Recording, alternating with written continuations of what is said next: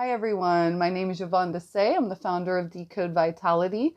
I'm an elite performance mentor who has worked with top performers such as pro athletes and elite special forces to Hollywood directors and business executives.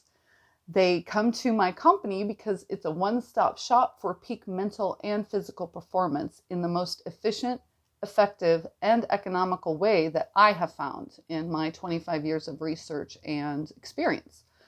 I would liken Decode Vitality to ancient wisdom meets modern technology, where I take the ancient understanding of everything being energy, frequency, and vibration, and I apply that wisdom by using devices and methodologies that utilize those three things.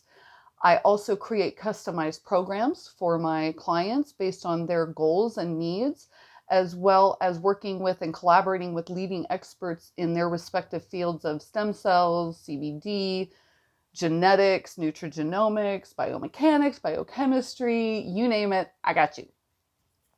I came to understand that we are electromagnetic beings that have preset programs, and they've been infected with viruses such as limiting belief systems, negative thought patterns and processes, and they could be short-circuiting our system and manifesting as some form of dis-ease, whether emotional, mental, physical, or even in our world.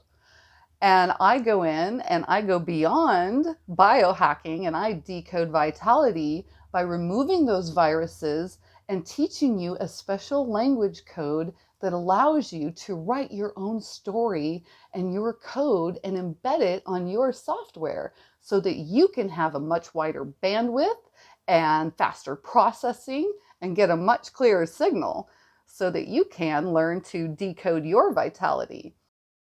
Hi, everyone. Thank you for joining me for this episode of The Great Mystery. Before we begin, I want to take the marketing hat off for a minute. And I'm not talking to you as Yvonne Desai, Decode Vitality founder, or whatever. I am talking to you human to human. I ask that you pay attention to what I'm saying, because we are in a critical time in history right now. I'm sure you'll agree. And I thought of a quote that a friend of mine shared in a documentary, an amazing teacher who said, if we play small to protect someone else's smallness, we both lose. And it took chewing on that for a while for it to really hit me just how profound that is and how deep that goes. And I'll ask, do we clam up? Do we clam up if there's something that bothers our spirit, I guess you'd say, our energy? And if it does, do we speak up? And are we honest with how we feel? Or do we clam up and not say anything? And in turn create an inner conflict in ourselves. The other part to contemplate is that person coming from a programmed response and limiting belief system, or is it me having a reaction to something, an emotional reaction that I need to heal in myself? These were some powerful questions because I realized that being 1,000% honest with myself and accountable allowed me to know the truth of the answer to that question. Because I used to get offended or upset or sensitive or defensive when somebody would say something to me. And at the time I realized it was because something they said rang true to me. Likely something I said to myself 1,000 times or more, millions, who knows? And I really began to understand how I was playing small with myself. And I also had to understand I needed to stop lying to myself so that I knew if I was being honest with myself, I would know the truth of that question for me. Because only I know what I'm thinking, feeling, and believing. I know what I choose to assign meaning to. And it's my choice. Because that's how magic energy works. Is with my words I create. Well, what do I choose to assign meaning to? And what am I choosing to react to and be sensitive to? Am I having an expectation of someone else to tiptoe around my feelings? Or vice versa? Because that's expectation. And am I judging that person's choices? Because that's judgment. And they have free will to choose whatever path they choose. So I began contemplating these things as I was going through my story and my journey. And so ask yourself, do you clam up?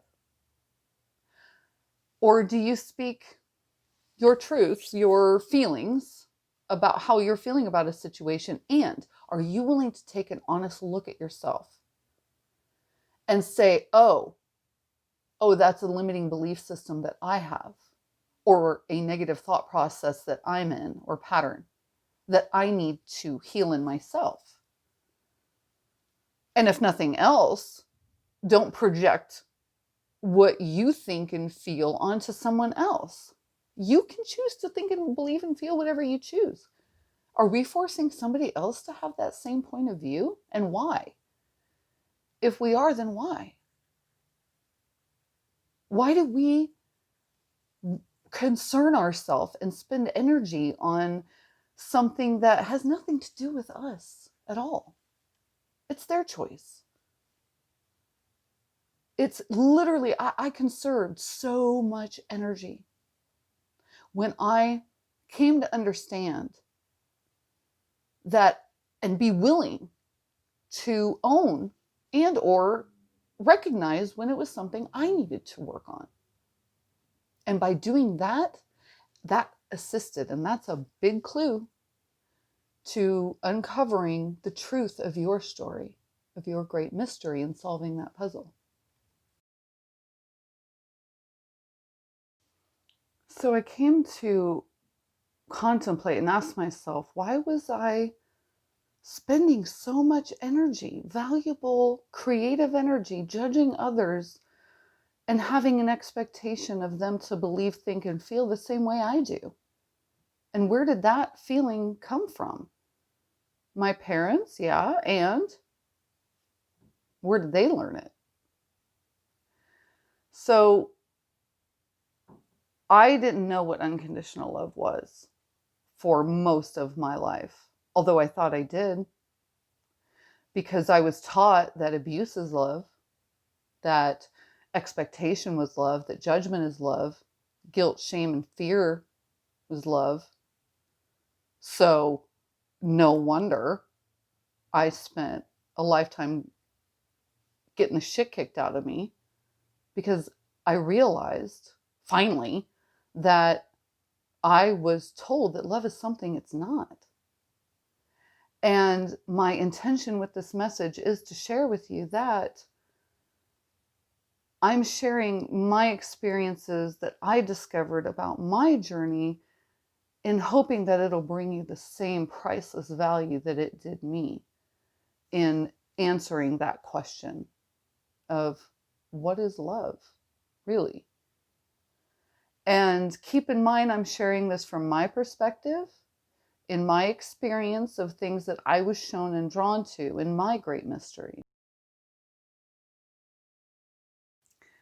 So my character and the great mystery can be likened to Men in Black, The Matrix, Monty Python and the Holy Grail, and How to Lose a Guy in 10 Days combined. And my character is known as the Woman in Black. It begins by my growing up in a Midwest town in a very strictly religious household where already from a very young age enduring lots of abuse to going and being raised in this household that was teaching we have to go door to door and save everyone so that they can be safe before the end comes and teach them the truth. I mean, talk about a deep programming in the matrix at a young age. No pressure. So as I got older, fast forward to being a teenager, somehow managing to get through school and making decent grades, that I actually had a teacher who wanted to give me a scholarship for business and marketing. I was doing really well. And my parents met with him. And of course, to him, they were all like, oh, we're so proud of her and la la la. Well, then I get the scholarship and they tear it up and tell me that I should be a missionary. Can you say mind fuck and a half already before I've even graduated? So you can imagine how my choices ended up after that. And I will save that for next time, for the next episode. And a hint to what that's going to be about, I will say and share, judge not and do not condemn, for we know not why a thing occurred. What we condemn will condemn us, and what we judge, we will one day become. So let that be a clue for the next episode of The Great Mystery, and stay tuned for the next exciting episode. Thanks for tuning in. Please remember to like and subscribe. Also, if you're interested at any point, you can book a free 30-minute discovery call with me on my website at www.decodevitality.com. And thank you for joining. I appreciate your time. Have a great day.